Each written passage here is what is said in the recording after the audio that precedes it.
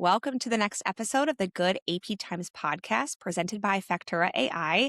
I'm your host, Megan Hardy, and I am so thrilled to be having Mark Brousseau here joining us today. If you've spent any time in the AP or finance ops world, you've probably come across his work. Mark has been in the middle of the space for a long time, not just watching it, but shaping it. How people think about AP automation and what good actually looks like through your work as an analyst, advisor, voice in the industry. You've had a front row seat really to how finance teams operate across the industry, including how they do with different stages of growth and systems. And so we're just so thrilled to have you here. We're so thrilled that this is going to be a fun one because you're not just coming at this from a company or one system. You've seen patterns across the entire AP landscape. So Mark, thank you so much for joining us today. I have seen stuff, Megan, and it's my pleasure to be here to share that with you and your listeners. You're like, I've seen some things, that's for sure. Obviously, today we're going to really talk about the heavy in the AP world. You preach a lot on LinkedIn about AP being still so manual and like what it actually takes to fix it. I want to hear from you really first and foremost. What does a typical kind of AP process still look like today across most companies in your perspective? You know, Megan, it's exhausting if I had to sum it up in one word. I think AP leaders are just overwhelmed with the amount of manual tasks that they still have to perform. You know, I've been in this space for more than 2 decades now. And during that time, we have talked a lot about automation. And yet today, Megan, 84% of the typical accounts payable practitioner's day is wasted on manual tasks, things like keying invoice data, shuffling papers and emails, fixing errors and mistakes, and responding to phone calls and emails from suppliers about where things stand in the process. And if that's not bad enough, Megan, get this. Today, the typical AP department manager spends more time each day on transaction processing than on the managerial tasks they were hired to perform, things like job development or hiring. And what's happened here is that the technologies we relied on in the past have failed us.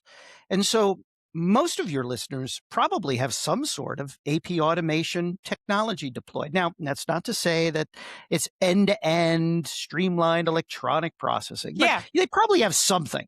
Yeah. And yet, despite that, we're still in this mess. And that's the challenge that AP leaders face. So the typical day, they show up with a pile of papers. And today it's typically a pile of emails, right? Yeah. And they have to go fetch them. They have to key them. They have to sort out who needs to approve them. They have to nag people who haven't approved the last round of invoices. They have to fix errors and mistakes. Many cases, they have to manually key information into their accounting and ERP systems. They have to reconcile invoices by hand. And that's not even to say what happens when it's time to actually make the payment. In many cases, we're still printing and stuffing paper checks into envelopes. That's why I say it's exhausting, Megan. It is. It's for sure. And I think one thing that you mentioned is a lot of our listeners and a lot of people out there may have tech or may have something. And in our last podcast, we talked a lot about the word automate and how automate is almost as exhausting of a word now, because technically if it automates 1%, if a tech takes something away from manually doing it by 1%, they can call it automate, right? And so I think that we have a lot of tech that's supposedly supposed to automate, but it still requires manual intervention, manual either start triggers, end triggers, something like that. And I think that's something that's extremely exhausting too. People don't know what they need to automate or what's going to have to be manual from that perspective. So as you talked a lot about like every step in the invoice process and how in the AP process and things like that. With some of the companies that you consult with and work with and advise for, where do you see that complexity come into place? Because a lot of our listeners are restaurateurs, are hospitality, where they've got crazy GLs and line codes and things like that. Where do you see that become really complicated? Yeah, I feel for folks in the hospitality space in particular, right? And I have a son who's in the industry, and he says, "Dad, I need your help. You've got to help me solve this." And think about it, right? The typical resort or convention hotel, You're going to have multiple business lives. You might have multiple properties. You're going to have all sorts of suppliers that you're doing business with coming and going. And that complexity, unfortunately, Megan, really starts all the way at the beginning of the most basic thing, and that is just fetching an invoice. Today, we've instructed our suppliers to email invoices to us, which is much better than opening the mail, right? But the problem is somebody's got to go get those invoices. And Yeah. maybe they're going to a portal. And so somebody's got to log into that portal and bring that invoice in and start aggregating with all the other invoices that they fetched from all these other different places. Did you know, Megan, that the typical AP department spends about 14% of all their time just fetching those invoices that I was describing? 14%. And you think about it for a moment, and it's probably understated, because what you have to do is you have to stop what you're doing and go and log into the portal, bring it in, and then drop it into your workflow. But from there, things get even more challenging, right? Because we have to capture all that data from the invoices, particularly in a property that has multiple lines of business. Maybe there's an event that went across your departments. Well, now we've got to capture all that data. In many cases, that means key it. Then we've got to code it. And then we've got to get it to all the different approvers. And if we're doing that via email, well, there's no telling if we'll know who that is, or if they'll actually get it, or if I'll inadvertently send it to the wrong person. And then they're busy. And so they're not going to necessarily respond to it in time, or maybe even see it. And so this is that vicious cycle that starts to build up, where we start to have lots of invoices that are paid late, and that results in late payment penalties and missed early payment discounts and pretty darn lousy cash forecasting. So it's not just one thing, in my opinion. It's lots of things. And we've got to find a way to get off this treadmill. Yeah.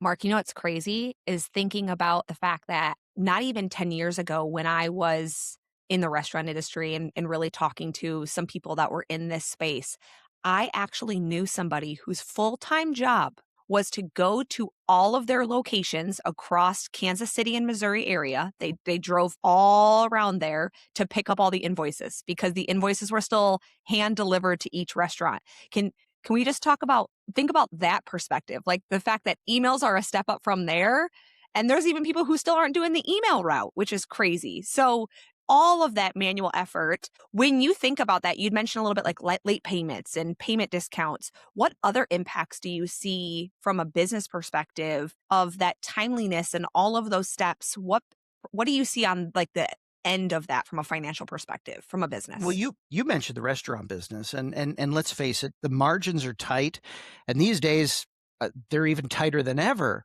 And the challenge is that when you don't have visibility into the invoices that are in the pipe, well, you can never really be sure where you are with your cash. And that means that as a growing business or an aspiring growing business, well, now we can't make really savvy working capital decisions. We just don't know. And so we oftentimes we build in this buffer, right? This just in case buffer in our cash. We're not going to spend that just in case something's out there. And that's not the way to grow our business. That's not the way to compete with disruptive competitors. But that's not the only way, right? Now we also have cases where we're frustrating our suppliers. We didn't talk a lot about suppliers in the accounts payable space until, the pandemic, right? We all Yeah. remember lining up at Costco to get toilet paper and paper towels. And while that's kind of a silly example, the fact is it really brought to light the fact that every business depends on its suppliers. And when we're Yeah. chronically paying them late or we're paying them wrong, after a while, that's going to catch up with us. They're going to be the supplier who's not going to give us the most favorable pricing. They're going to be the supplier who's not going to give us the best service level agreements. They're going to be the ones who say, maybe I don't even want to work with you. And so this stuff really does catch up with us. And that exacts a huge toll on the finances of our business. But there's one other way that inefficient invoice processing is costing our companies. That's fraud. Today, fraud is at an all-time high. And a lot of this fraud can be tied directly back to the poor visibility we have into our processes. You see, when we can't get visibility into who it is we're doing business with and what invoices are sending us and the data on those invoices, it's hard for us to be able to discern what's legit and what's not. So today's fraudsters know all this, and they know that they don't need to hack into our system. All they need to do is trick us. They need to find a way to convince us that, yeah, this is my bank account that you're going to change the code to, and so that's a big problem. We tend to focus on the cost of processing invoices, but I think Yeah. your point is right, Megan.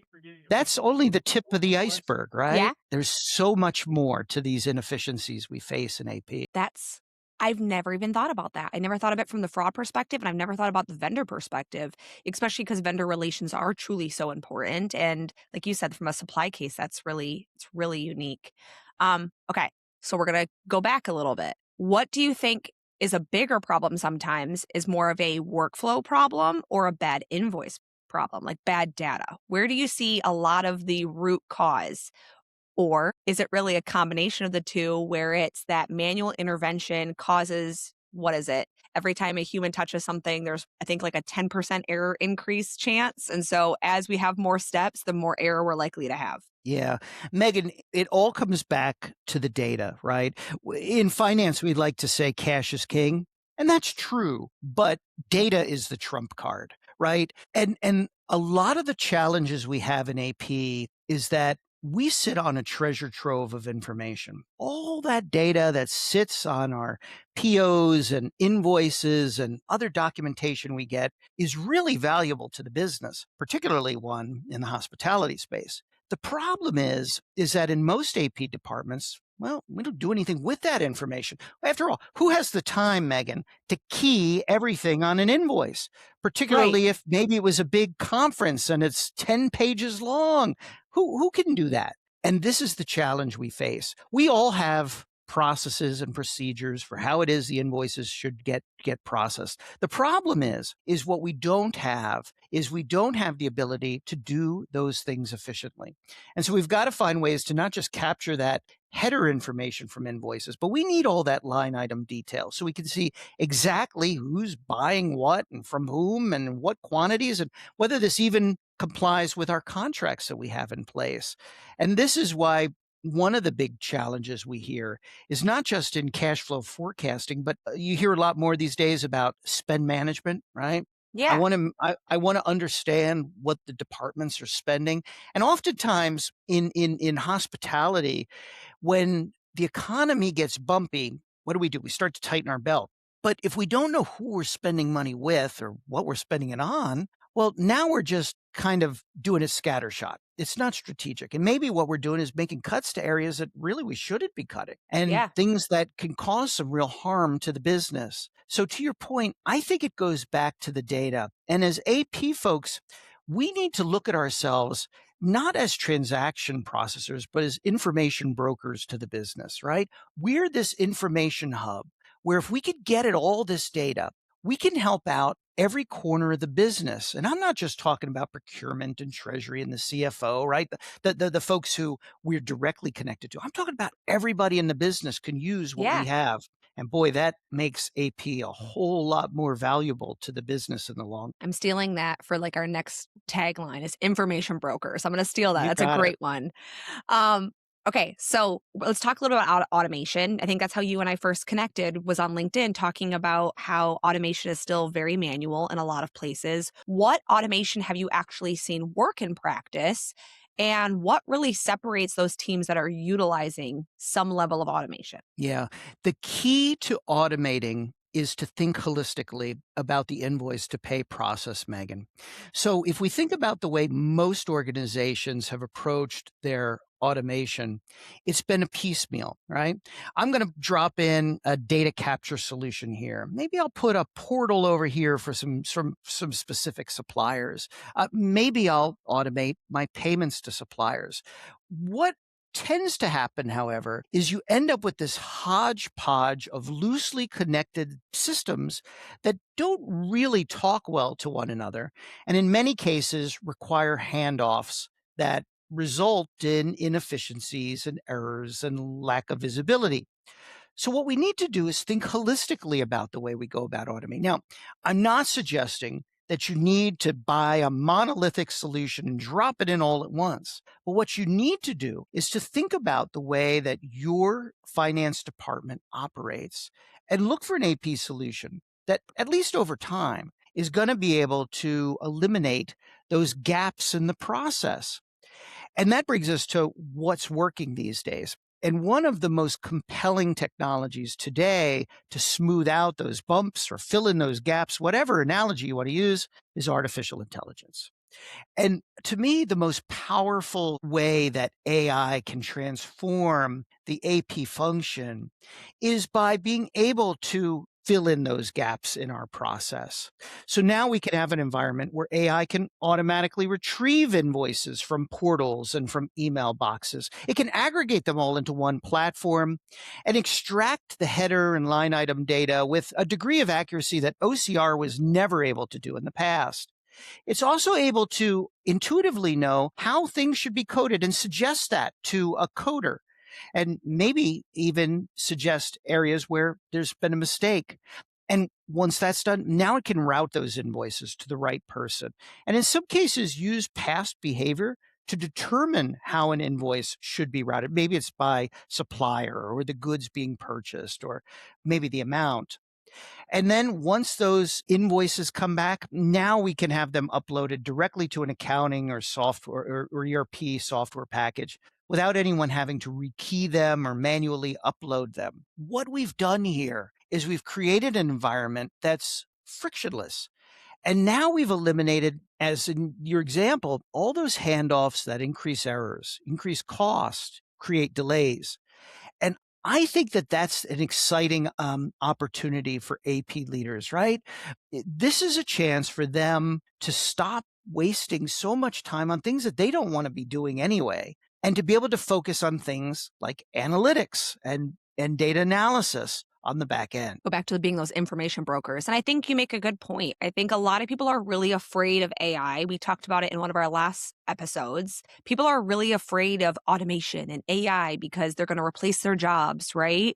But you just said it. It's a shift in what you can do. Instead of doing the manual work, go be the analytics side, which I think is really cool.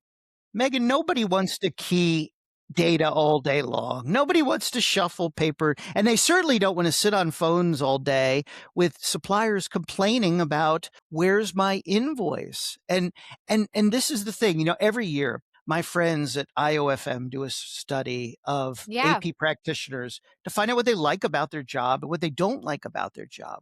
What's interesting, Megan, is every single year they identify the same tasks as being the ones that they'd most like to eliminate: keying data, shuffling papers, fixing mistakes.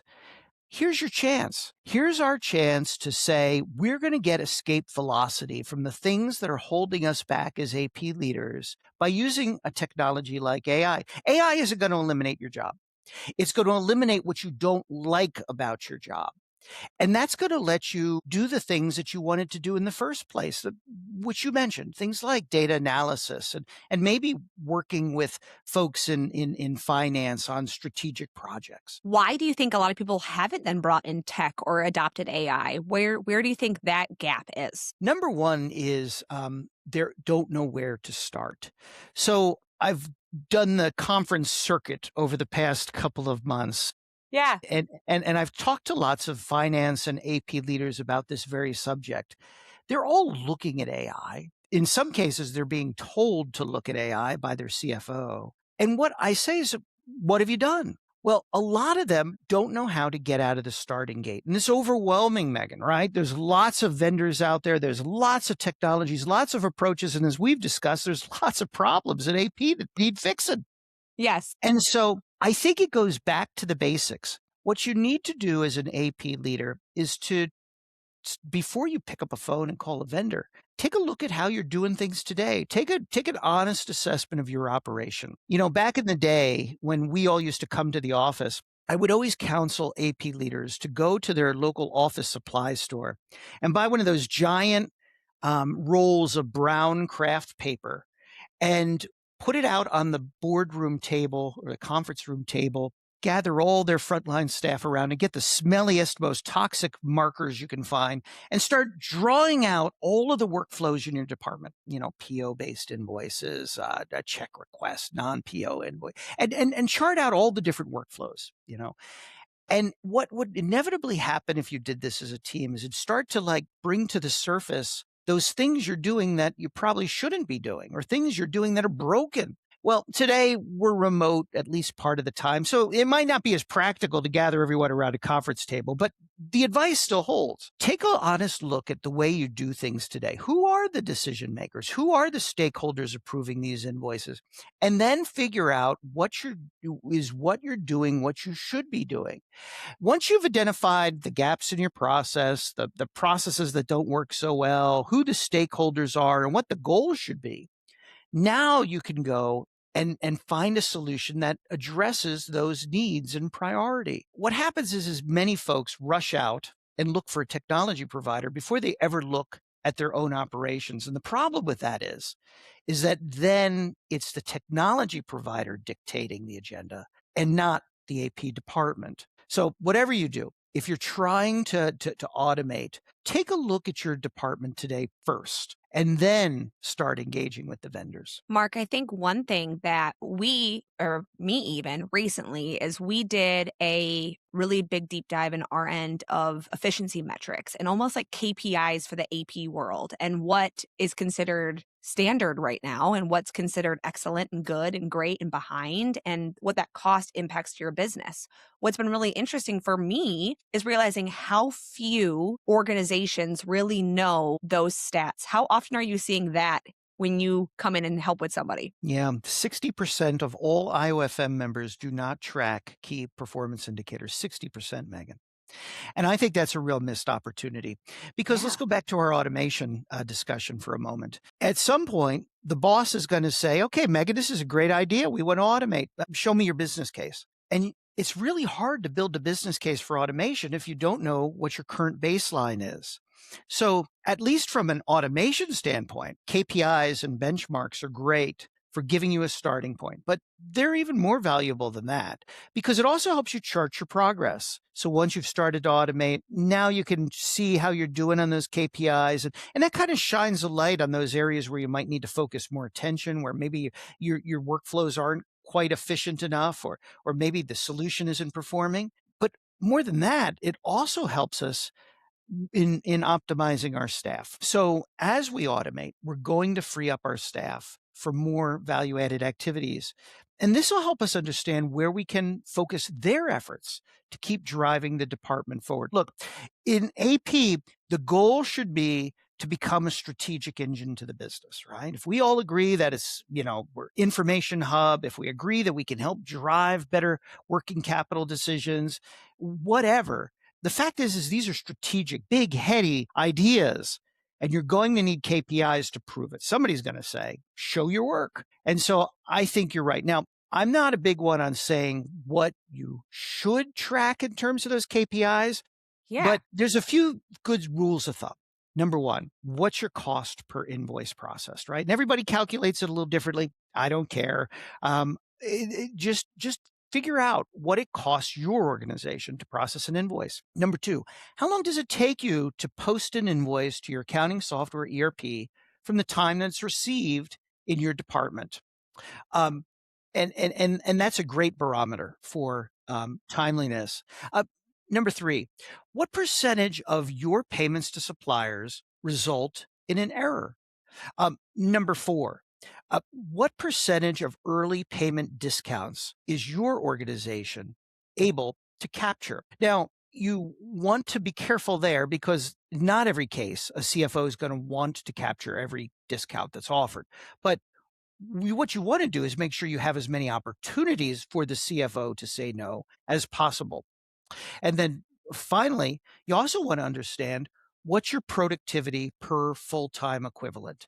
So how many people does it take to process your invoices per month? These 5 KPIs, Megan, will give you a good benchmark for managing your operation. Yeah, I love those, and we've got a couple more that we obviously benchmark internally for all of our listeners. If you wanna click the link below, you actually can go and take the benchmark quiz, the efficiency benchmark quiz. It's got a couple of the ones that Mark referenced and obviously a couple few others, so it's just below. But okay, Give me a Mark, minute, so Megan. I'm gonna go take the quiz. I'll be right back. Mark, actually, what I want to know is we talk a little bit about that, like cost per invoice and per head cost, and what your current staff bandwidth wise can intake. And that's really big, especially for the industry we work with, which is restaurants, which are growing and scaling like crazy, right? So the thought of adding 10 more restaurants, 20 more restaurants, 15 more restaurants, and you think about what that costs from a per head cost too internally from an AP side. That's something that for us is always a big deal, but I'm sure that on your end, you see that a lot too, which is almost this block of a business can't continue to scale because their current workflow processes can't, I guess, sustain that growth. Do you see that often when you think about it from a growth perspective? It really is a hindrance, Megan, and it used to be in the back in the day, right?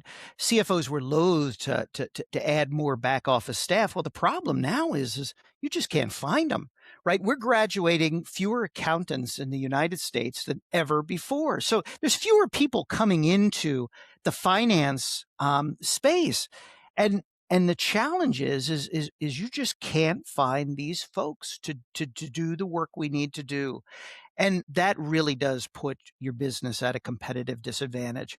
So automation and efficiency helps you be able to scale that business without having to constantly add headcount or even have to rely on temporary workers to fill in the gaps. One piece of advice that you would give to any of our listeners who are sitting here and going, I just don't even know where to start looking into our AP process. Yeah.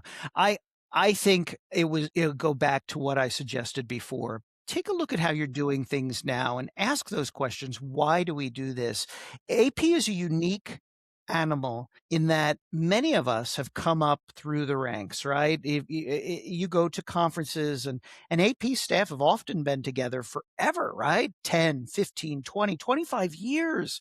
And in many cases, we're doing things that were handed down over time, like the way my grandmother makes her Christmas ham, right? I don't know why she puts peach preserves on them, but that's the way we've always done it. And that's the way her mom did it. So we have to ask the question. So why do we send this invoice to all these places? And what you might be surprised to find is nobody knows. And so this is where I think you can eliminate some inefficiency before you ever pick up the phone to automate. You know, back in the 80s, we had this craze in the United States about lean processing, right? I think it was about the automakers really drove that whole push. And people forget that the first step in those lean initiatives was elimination. And I think that that's good advice to AP leaders. I think you mentioned one thing that I want to circle back on, which is we hear a lot is people have been in these roles for a long time. And that tribal knowledge that lives with a person and that person leaves. How do you see that impacting businesses? Because we see it like crazy, and I'd love to hear your perspective. Yeah, it's a big problem, isn't it? Well, turnover really wasn't a thing in AP until the past several years. We've experienced an unusual amount of turnover in our AP departments, and things are probably not going to get better soon. IOFM did a study and found that 22% of all AP practitioners who are approaching retirement age are considering retiring early. 1 out of 5. And these are the people we count on. We talked about fraud earlier. And in many Yeah. cases, think about it. We rely on our seasoned staff to intuitively know when something isn't right, right? They know our suppliers. They know what our suppliers bill us. They know when our suppliers bill us. They know what they buy. And so they would look at these invoices and say, nah, this doesn't look right. And immediately flag it. I think the brain drain is a big challenge in AP, and we've got to find ways to make sure that we're not reliant on that tribal knowledge. And this is where digitizing some of those workflows and building in AI checks to be able to pour through historical information to flag those transactions that don't align with historical trends. So, for instance, Megan typically sends me one invoice per month. Why am I getting 11 invoices from her this month? Megan usually sends me an invoice for $1,000. Why is this one for $101,000? AI can do this automatically and tirelessly. And these things can be flagged and put in a queue where somebody could take a look at them. Now, think for a moment. We've already eliminated all those manual tasks like keying and paper shuffling and supplier inquiries. So now we'll have more time to really pore over those things that the AI determines is an anomaly, might be a fraudulent transaction, because now we'll be freed from the things that don't matter and we'll be able to focus on the things that do. Do matter. I love that. All right, let's do some rapid fire fun questions because this is my favorite Let's part. go. What's one thing people outside the finance world would never understand about AP? File cabinets. AP folks are hoarders. I love you all, but you love to hoard stuff. It drives me crazy. So they hide paper in their desk drawers and in their file cabinets, and they take away the file cabinets and they put them in banker boxes. AP folks are hoarders. They love to have copies of things just in case. You can get rid Oh of my them. goodness. It's okay. They're digitized now. Let go. Mark, that actually brings me back this flashback, small nightmare that I had when I started as a host way back when in the restaurant space. And we would do these annual cleaning of the restaurant. And I got assigned with one other person to go to the basement of this restaurant, which I can just tell you was a century old building. So it was wet and musty and all this stuff. And my job was to clean out all of the invoices that were past a tax expiration time frame and shred them. And I was in this hot, wet basement. And it just instantly that flashback happened where it was just these rows of filing cabinets that I had to go through. So Let I the remember trees that be. absolutely. Leave the trees alone. You could get rid of them now. All right. One AP task you'd delete forever if you could, besides the filing cabinets. Supplier inquiries. We spend so much time and money telling suppliers and other stakeholders where things stand in the process. And this is get yourself a portal and allow your suppliers and your stakeholders in the organization the ability to check on that information automatically. It costs about $3.60 on average to respond to a single supplier inquiry. That's the same whether it comes by phone or email. And I know $3.60 doesn't sound like a lot of money, but think for a moment about how many inquiries Yeah. your staff takes each month. And then I want you to think about how they have to stop what they're doing, pick up the phone or respond to that email, track down the information. Oh my goodness, Megan. I think that's one task that's a no-brainer to solve. And it's really, really easy. Yeah, that sounds like a lot. What do you think is we talked about efficiency metrics. What do you think is the most overrated efficiency metric in finance? Well, cost per invoice is the one that can be the most misleading because depending on what you calculate, it can really give you a false sense of where you stand. So, in an AP department, you're taking up office space. You've got electric, you've got supplies, you have consumables associated with it. Are you factoring that into your cost per invoice? You talked about paper just a moment ago. I mean, that's a Yeah. classic example. All those file cabinets, that's taking up office space. Today, we have fewer and fewer people working in offices, and here we are, we're still hoarding a lot of space. So, cost per invoice can be extremely misleading. The one that's most underrated, by the way, is the percentage of early payment discounts captured. Folks, 80% of all suppliers, 80% are willing to exchange a discount on the invoice due amount for earlier payment. I'm not telling you should be accepting every one of those offers, but I'm telling you that that's money that you're potentially leaving on the table if you're not efficient enough in the way that you process invoices. That could be real big money real fast. I didn't even think about that. That's absolutely true. Those discounts that you're kind of leaving, it's money you're leaving on the table. All right, last one. One tool you think people rely too much on. Photocopier.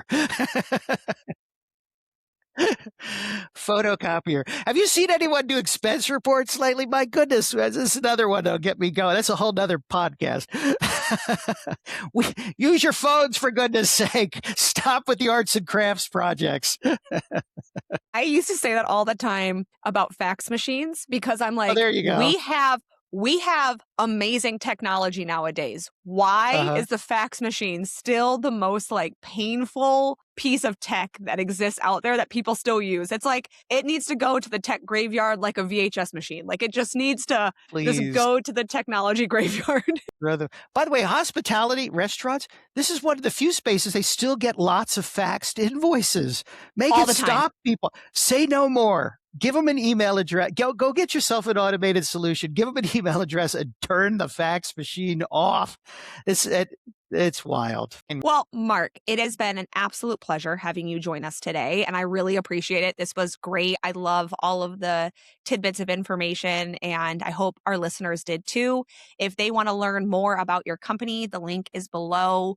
And obviously, you're just a wealth of knowledge, and I hopefully they'll see you at the next conference or show or anything like that. But overall, we really just have had a wonderful time having you here. pleasure is mine, Megan. Thanks so much. And thanks everyone for your listening in. Of course. Well, thank you everyone again for listening. Tune in next week, subscribe to our show, and we're just really thankful of having you all here again. And if you have any questions for Mark, I'm sure you can find him on LinkedIn. You can find him on anywhere. So again, thank you again, Mark, so much. Pleasure's mine.